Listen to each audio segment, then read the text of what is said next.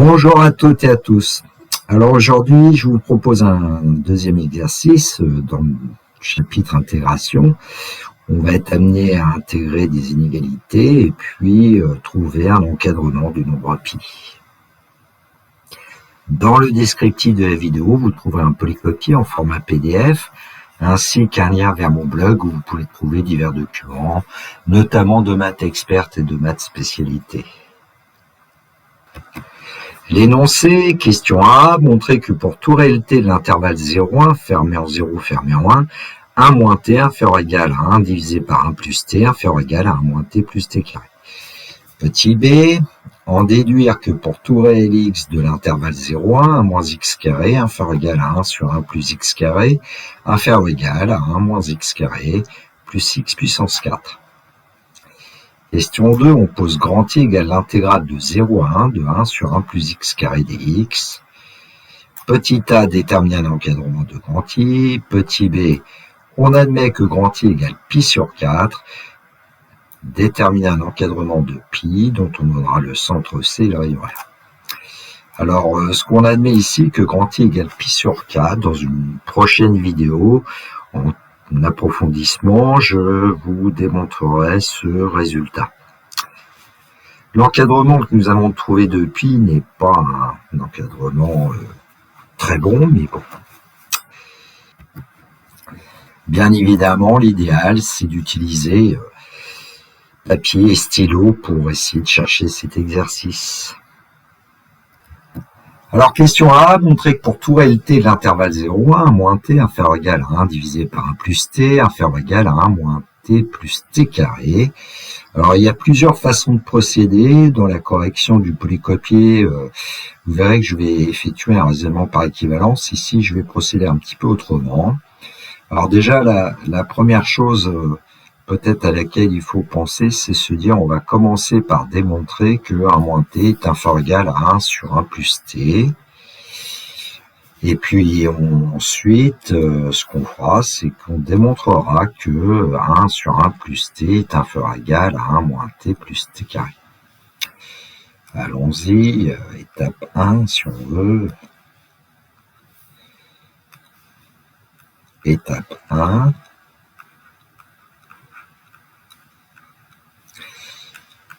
Donc, on va montrer la première inégalité. Alors, une méthode possible, c'est d'aller introduire une certaine fonction. Alors, je vais écrire le pour tout avec le a à l'envers. Donc, quel que soit t appartenant à l'intervalle 0,1, on va poser une certaine fonction, je l'appelle u, de t égale. Bon, en général, on essaye de prendre le plus grand moins le plus petit, c'est-à-dire qu'on va prendre le terme central, 1 sur 1 plus t, moins, eh bien, le premier membre, 1 moins t. Alors, faire attention à ne pas oublier les parenthèses, notamment. Et puis ici, on se dit, on va essayer de trouver le signe de u de t, et nous, on aimerait bien prouver que u de t est positif. Alors, on va continuer un peu le calcul, puisque on sait que la tactique, c'est d'essayer de réduire au même dénominateur. Alors, 1 sur 1 plus t, moins, et puis, même dénominateur, 1 plus t. Ce qui veut dire que le numérateur, on va effectuer 1 moins t facteur de 1 plus t.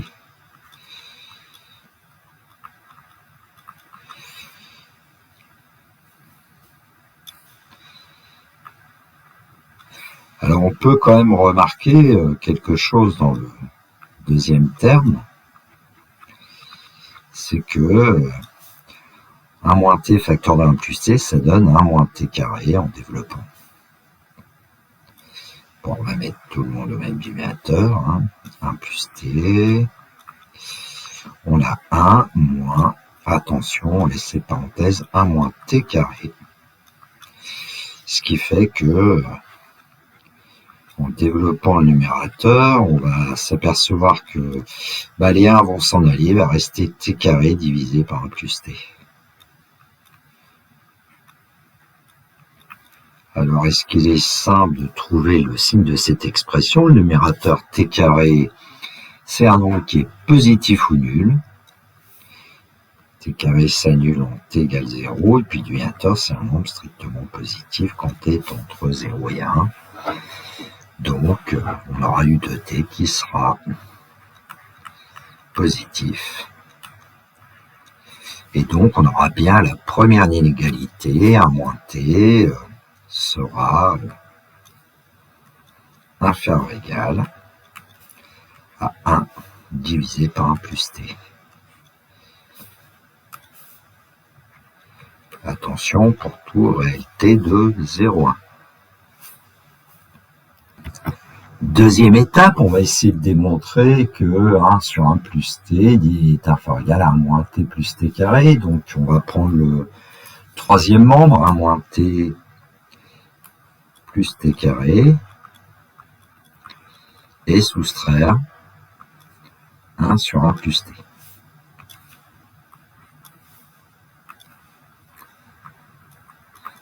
Et on va mettre le même dénominateur. Donc, V de t va être égal à...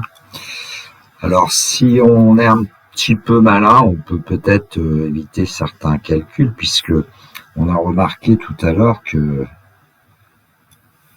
1 moins t facteur de 1 plus t, c'était 1 moins t carré. Bon, je vais le faire comme ça. Alors, allez, là tout de suite une grande fraction. Je ne vais pas détailler comme tout à l'heure. 1 plus t.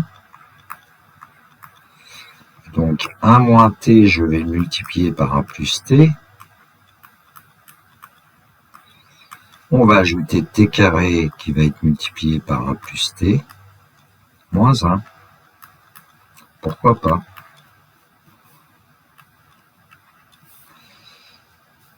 Bon, on n'est pas obligé de faire comme ça, là. Ce qu'il faut, c'est à l'arrivée trouver une expression de v de t qui soit suffisamment simple, donc on peut trouver le signe assez aisément. Donc, on va écrire que v de t va être égal à... Alors, en développant le numérateur, on va obtenir 1 moins t carré plus t carré plus t carré fois t cube moins 1. Le tout divisé par 1 plus t.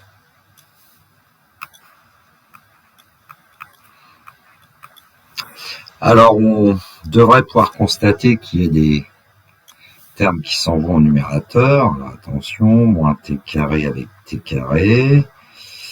Ensuite, on a le 1 qu'on avait ici avec le moins 1, et il va rester finalement t cube sur 1 plus t. Alors là, je vais peut-être détailler un petit peu plus la réaction dans l'étape 1. Donc, on va s'occuper du numérateur, t cube, là. Attention, quand t appartient à 0,1. Et donc, pour le numérateur, on va le dire, hein, t appartient à 0,1. C'est un nombre positif, t, donc t cube est positif. Alors, il peut s'annuler en 0,1.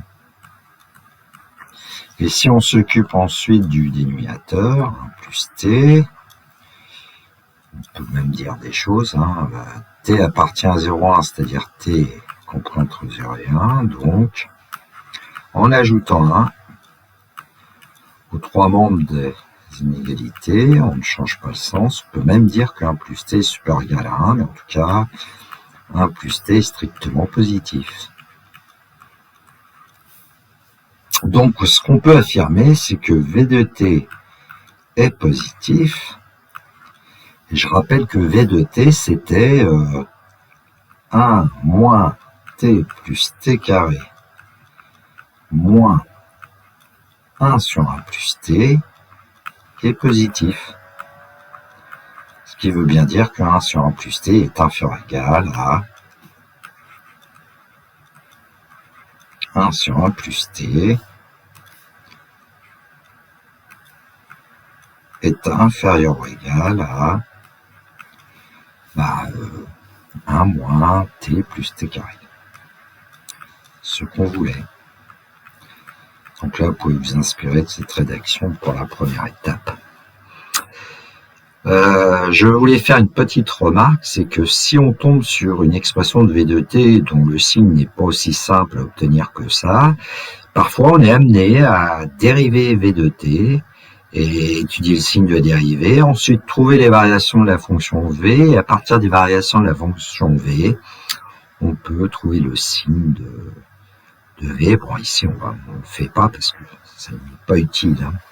On économise notre travail si possible. Donc je vous présente la méthode que vous trouverez dans le corrigé, c'est par exemple pour l'étape 1, c'est de se dire le résultat qu'on veut, c'est 1 moins t inférieur égal à 1 sur 1 plus t, alors sans oublier évidemment qu'on travaillera pour la réalité de l'intervalle 0,1. Et donc, on travaille par équivalence, c'est-à-dire qu'on fait comme si on partait du résultat, mais en travaillant par équivalence, on va essayer d'aboutir à quelque chose de vrai, ce qui fait que ce qu'on aura écrit au début est vrai. Alors c'est une tactique qui est pas mal utilisée dans le post-bac quand même. Alors ici, on avait remarqué que 1 plus t est positif, hein, strictement. Donc on va multiplier par 1 plus t. En multipliant par 1 plus t, on ne change pas le sens des inégalités.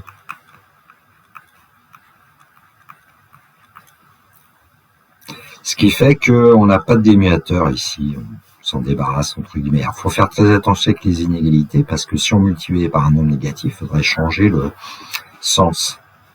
Évidemment, le premier membre, on va trouver, alors là je me suis trompé, hein, c'est 1 tout simplement, hein, 1 sur 1 plus t fois t. Il est fatigué le garçon. Et donc on va obtenir 1 moins t carré inférieur égal à 1. Ce qui va nous donner, finalement, 0 inférieur égal à t carré, ce qui est vrai. Évidemment, pour tout réel t de 0,1. Ce serait même vrai pour tout réel t. Le problème, c'est que là, au départ, il faut être sûr qu'un plus t est strictement positif. Et donc, la première inégalité est vraie. Bon, vous verrez la correction pour la deuxième inégalité dans le polycopier. Alors, vous trouverez aussi ce graphique dans le corrigé où j'ai indiqué 3 courbes. Je n'ai pas donné vraiment l'expression des 3 fonctions FGH parce que, bon, je vous l'ai écrit ici. Hein. CG, c'est un segment ici, on travaille sur 0,1. G de t égale 1 moins t. F de t, c'est 1 sur 1 plus t. Et puis H de t, fonction polynôme du second degré, en fait, qui, si on étudie ces variations, qui possède un point minimum en 1,5. Bon, donc on a bien la courbe de G qui est au-dessous de la courbe de F, qui est en dessous de la courbe de H sur l'intervalle 0,1. Bien évidemment, vous pouvez le faire avec une calculatrice pour vérifier un peu tout ce qu'on vous dit. Surtout si on ne vous donnait pas le résultat vraiment, ça donne des idées. On peut émettre des conjectures quand on trace des courbes. Alors, question 1b, on déduire que pour tout réel x de l'intervalle 0,1, 1 moins x carré inférieur égal à 1 divisé par 1 plus x carré inférieur égal à 1 moins x carré plus x puissance 4. Alors évidemment, on nous dit d'en déduire, donc on a peut-être intérêt à dire ce qu'on sait, hein, d'après la première question. Au moins, voyons, quel que soit t appartenant à 0,1, 1 moins t inférieur égal à 1 divisé par 1 plus t inférieur égal à 1 moins t plus t carré. Alors quand on regarde... Évidemment, la question, on se dit, tiens, si on pouvait remplacer t par x carré, ça serait gagné, hein, parce qu'on aurait 1 moins x carré, inférieur égal à 1 sur 1 plus x carré, inférieur égal à 1 moins x carré, plus x carré au carré, ça fait x puissance 4. Alors, est-ce qu'on a le droit de remplacer t par x carré, quoi? C'est ça l'idée. Bon. Ça veut dire que, notamment, x, on va le poser égal à racine carrée de t. Hein. Ce qui fait que x est positif, et puis on sait que t appartient à 0,1. Et quand un nombre appartient à 0,1, sa racine carrée appartient aussi à l'intervalle 0,1. Ce qui fait que le nombre x, si on pose x égale racine carrée de t, je vais enlever ce qui est au-dessus quand même, là. Ça, c'était l'idée. Eh bien, on a bien ici x qui appartient à 0,1. Comme t est quelconque, eh bien, dans 0,1, eh bien, on a x qui est quelconque dans 0,1, et donc on peut remplacer maintenant t par x carré. Et du coup, on va obtenir, quel que soit x appartenant à 0,1, 1 moins x carré, inférieur ou égal à 1 divisé par 1 plus x carré, et qui va être inférieur ou égal à, eh bien, 1 moins x carré plus x puissance 4. Alors, bien évidemment, on aurait très bien pu ne pas poser la question A et puis demander de démontrer que cette double inégalité est vraie. Bon, pourquoi pas essayer de le faire directement. Question 2A, déterminer un encadrement de grand I. Grand I, d'après le texte, c'est l'intégrale de 0 à 1, de 1 sur 1 plus x carré dx. Alors, nous, on vient de voir dans la question 1B un encadrement de 1 sur 1 plus x carré, entre 1 moins x carré et 1 moins x carré plus x puissance 4. Donc, on va exploiter cet encadrement. Et puis, à partir de ces doubles inégalités, on va passer aux intégrales. Et on a, dans le cours, on a une propriété qui nous dit que dans ce cas-là, si la borne inférieure est plus petite que la borne supérieure, on va conserver le sens des inégalités. Tiens, je vais mettre des parenthèses pour bien qu'on voit la fonction intégrée. Alors la deuxième, c'est pas la peine de mettre de parenthèses a priori, puisque ça va nous donner grand I qu'on cherche. On veut un encadrement de grand I. Et puis pour la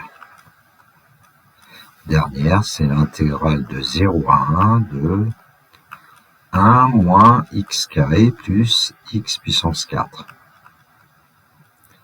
Alors, est-ce que c'est intéressant? Bah oui, parce que, en fait, on sait calculer l'intégrale d'un polynôme entre deux bornes. On a des formules pour trouver des primitives. À gauche, on avait un polynôme du second degré, et à droite, on avait un polynôme du quatrième degré. Donc, on sait faire. Il n'y a plus qu'à calculer, en fait, les deux intégrales, la première et la troisième. Alors, une primitive de 1 moins x carré, donc une primitive de 1, c'est x, et une primitive de x carré, c'est un tiers de x au cube, et puis cette fonction, il va falloir calculer sa variation entre 0 et 1, qui est inférieure ou égale à l'intégrale i, et qui est inférieur ou égal à, et bien le début c'est la même chose, x moins 1 tiers de x au cube, plus une primitive de x puissance 4, 1 cinquième de x puissance 5. Donc on va calculer la variation entre 0 et 1. Alors ici, ça va être assez facile les calculs, puisque pour la variation de x moins 1 tiers de x cube, en 0, ça donnera forcément 0, et en 1, ça va nous donner 1 moins 1 tiers multiplié par 1 au cube, donc 1 moins 1 tiers, plus petit ou égal à i, plus petit ou égal, donc 1 moins 1 tiers, plus 1 cinquième, puisque la puissance 5 de 1, c'est 1. Et puis, quand x vaut 0, on obtient aussi 0. Et donc, en réduisant même du numérateur, par exemple, on va trouver 2 tiers, 3 tiers moins 1 tiers, inférieur ou égal à i, inférieur ou égal à 2 tiers plus 1 cinquième, en fait. 2 tiers plus 1 cinquième. Évidemment, on aura intérêt à mettre tout le monde au même numérateur, c'est-à-dire sur 15. On multiplie la première fraction par 5, 5 fois 2, 10, et on multiplie la deuxième fraction par 3, donc on va trouver 13 quinzièmes. Donc on peut écrire que 2 tiers est inférieur ou égal à grand I, inférieur ou égal à 13 quinzièmes. Alors Moi, j'aime bien mettre les deux fractions même dominateur. Évidemment, on va perdre le caractère fraction réductible ici, mais 2 tiers multiplié par 5 au numérateur du dominateur va nous donner 10/15e. Donc, en fait, si on calcule la largeur de l'intervalle 10/15e, 13/15e, c'est plus facile, ça fait 3/15e, c'est-à-dire 1/5e, c'est-à-dire 0,2. Bon, regardons quand même un petit peu avec une calculatrice qu'on peut obtenir. Donc, on a la borne inférieure, c'était 2 tiers, que je vais stocker dans une mémoire A, par exemple. Ensuite, l'intégrale, alors il y a une fonction pour le faire, math, c'est le numéro 9. Intégrer une fonction. Alors, la borne ici inférieure, c'est 0, la borne supérieure, c'est 1. Ici, on va écrire 1 divisé par 1 plus x carré, dont on ne connaît pas a priori de primitive, alors j'ai oublié le x. Ah, évidemment. Donc x au carré et dx, qu'on va placer par exemple dans une mémoire C. Alors C, voilà. Et donc, on voit qu'on a bien 2 tiers qui est inférieur ou égal à grand I. Ici, à l'écran, vous avez une valeur approchée de grand I, environ 0,785. Et puis, on va placer le troisième nombre. Alors, c'était 13/15e, je crois. J'espère que je me trompe pas. Qu'on va placer dans C. Dans B, pas.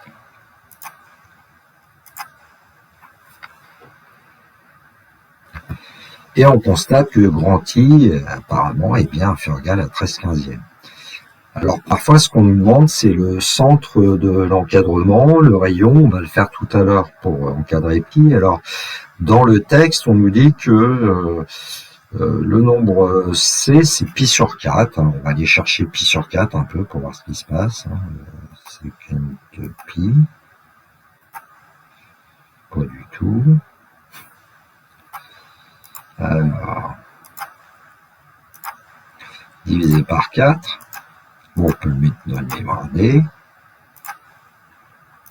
On doit comparer à C, donc apparemment, voilà, c'est la même valeur approchée. On peut faire aussi alpha C moins alpha D pour essayer de vérifier si c'est très proche de 0. Ça tombe pas toujours sur 0, il faut se méfier, ça dépend des algorithmes. Bon, ici, ça marche bien. Donc, ce qu'on admet dans le texte, ça paraît correct que grand I est égal à pi sur 4. Question 2b, on admet que grand I égale pi divisé par 4, déterminer un encadrement du nombre pi dont on donnera le centre C et le rayon R. Alors nous, on vient de trouver un encadrement de grand I. Alors je vais l'écrire sous la forme...